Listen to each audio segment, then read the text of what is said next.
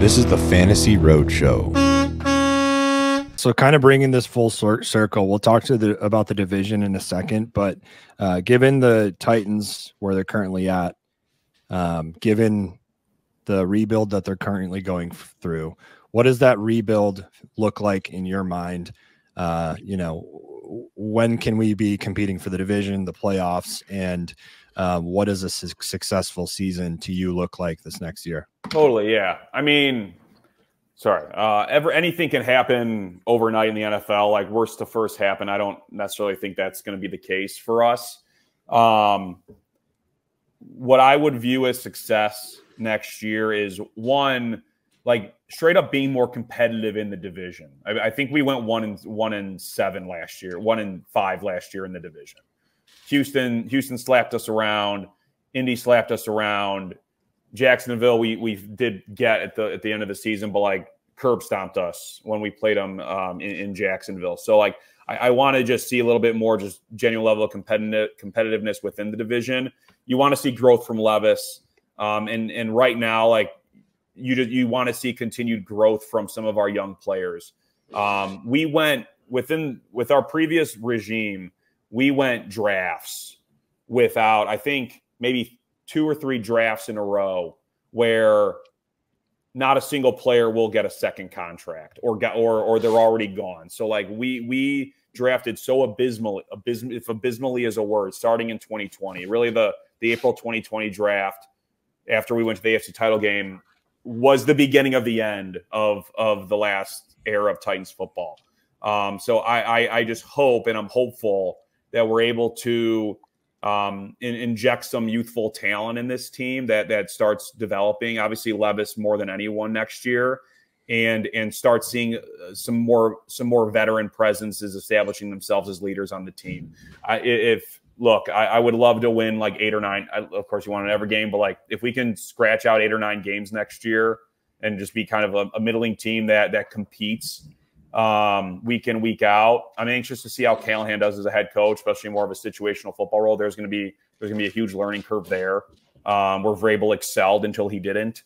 So you just, again, saying I want to see a competitive team is a cliche, but I do think we need to be more competitive in our own division, and we need to see young players actually progressing and getting better year in, year out, because we went several years where that just straight up wasn't happening, and that's why we're in the position we are now. Yeah. Well, let's talk big picture, right? Not just next year, but the next decade. Looking at the division, how optimistic are you? It's got to be tough because you have Trevor Lawrence, who is an insane talent. You have C.J. Stroud, who absolutely exploded his rookie year, and then you also have Anthony Richardson, who dealing with injuries, but still looked incredibly dominant on the football field. Having Will Levis, like, how do you have any optimism over the next decade in this division?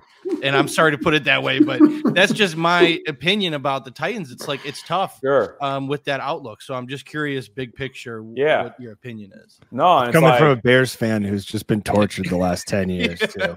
No, it's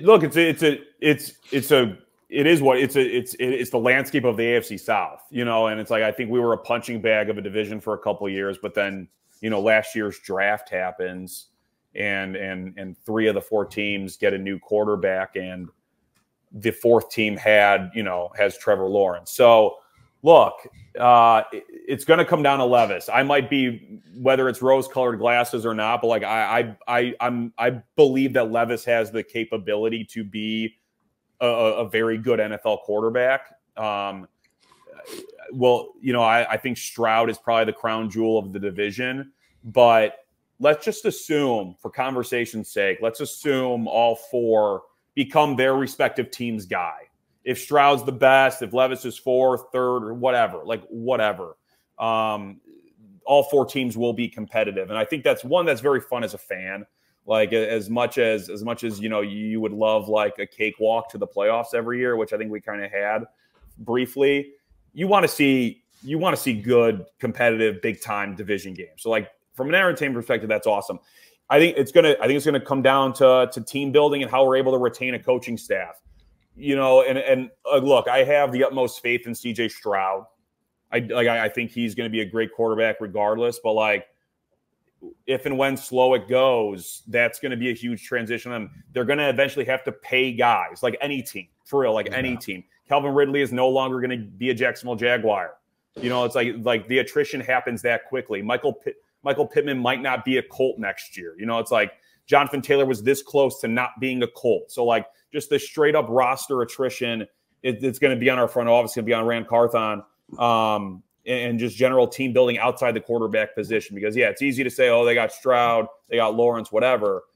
But a lot of teams have very good quarterbacks with surrounding rosters around them that might not be up to snuff, and they're not winning their division year in, year out. So I think that, you know, Levis will to an extent be as good as the team around him. What I'm appreciative of in terms of the front office moves we've made over the past year and a half, once John Robinson, our previous GM, got fired after the Eagles game in 2022. We've made a concerted effort at bringing in like actual analytics into how we evaluate talent. When we draft and sign guys, we were notorious for being probably last in the league in size of analytics department. That's not an end-all be-all solve, but we're making a concerted effort to kind of get in with the times a little bit. The way we're approaching drafting and scouting is evolving significantly from the previous regime, meaning, and this is a very Titans fans would laugh because this is a cliche, a more collaborative environment, which was definitely the case in Cincinnati. They have, I think, like the smallest scouting department in the NFL. They rely on assistant coaches to play that role a lot, but that's where Callahan's come from. That's what he's that's part of the reason he was hired, to come in and be kind of more of that true collaborator with our GM Rand Carthon that I think, you know, Vrabel did not have much interest in being.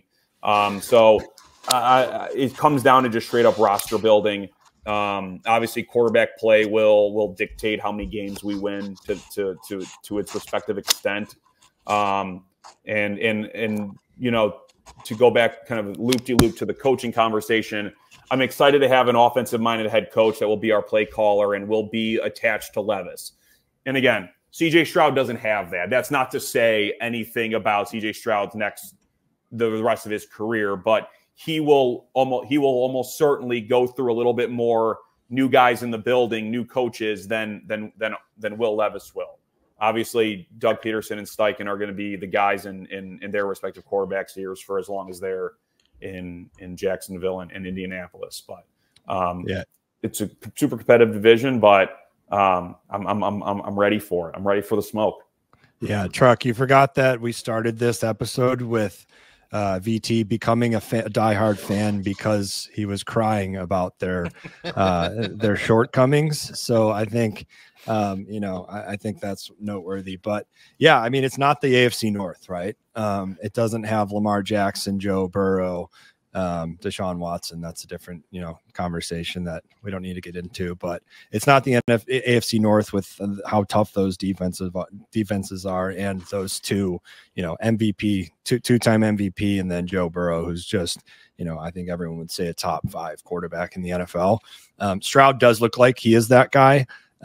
Trevor Lawrence has not really been lived up to his talent and lived up to his potential. He's been pretty underwhelming.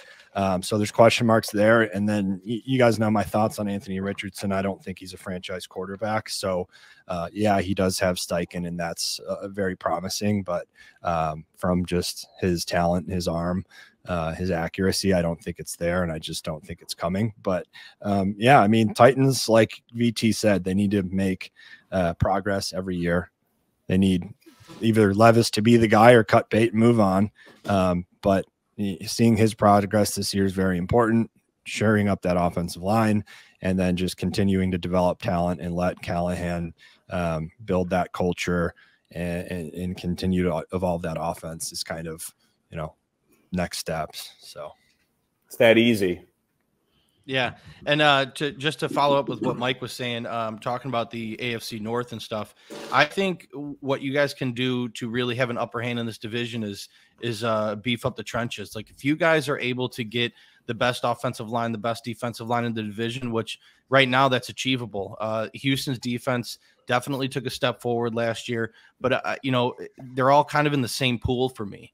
If you guys are able to figure that out this next season, maybe the year after, really take control of the trenches within the division, I think you guys have a good shot at really being competitive. So yeah, thanks. Yeah, no, and hopefully, because like that was our bread and butter. Like that was when we were a very good, and I'll say like when we were a very good to great team. Like we were great in the offensive line, great at the defensive line. Like I can't imagine you want me to go into specifics about those draft whiffs, but like that's why our offensive line is in the position it is right now. And it's in total shambles. Defensive line, Jeffrey Simmons, great player. Harold Andrew, great player. Danico Autry will probably be gone, but like great player. But like not a dominant front anymore. I'm anxious to see Jannard Wilson as our defensive coordinator. I liked our previous defensive staff, but I'm excited to see how we approach. And it's funny you mentioned the trenches because offensive line is obvious, but I do want to see us invest a little more heavily in the interior defensive line. Obviously, we have Simmons making a ton of money, and Simmons is a great player.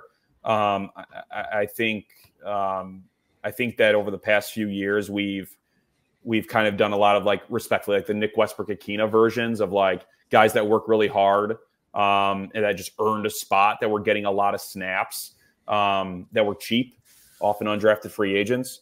And I think that we need to invest a little bit more in the interior defensive line than we have in the past few years as well, because Simmons is just one guy. I think he's a phenomenal player on his best day. I don't think he's as week in, week out dominant as someone like maybe like a Chris Jones, or again, these are the best of the best at their positions.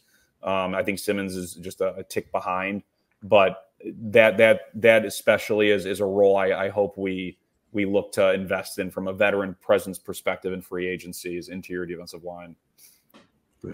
Well, I will say this. There is something that Tennessee is the best in the NFL with, and I don't think it's any question, but their throwback Oilers uniforms are #1 in the league, not challenged by any other team. They are top in the league, I believe. They're hot, and I appreciate that. And it was awesome. We had a little bit of we had the highs and lows wearing them last year. We had obviously Levis wore them in his debut and lit it up, and it was like this is awesome. This is how every game is going to be. And then we lost the heartbreaker to Houston, where Levis actually missed a wide open Traylon Burks and forced a bad pick on trying to get the ball to DeAndre that sent the game in a totally different direction.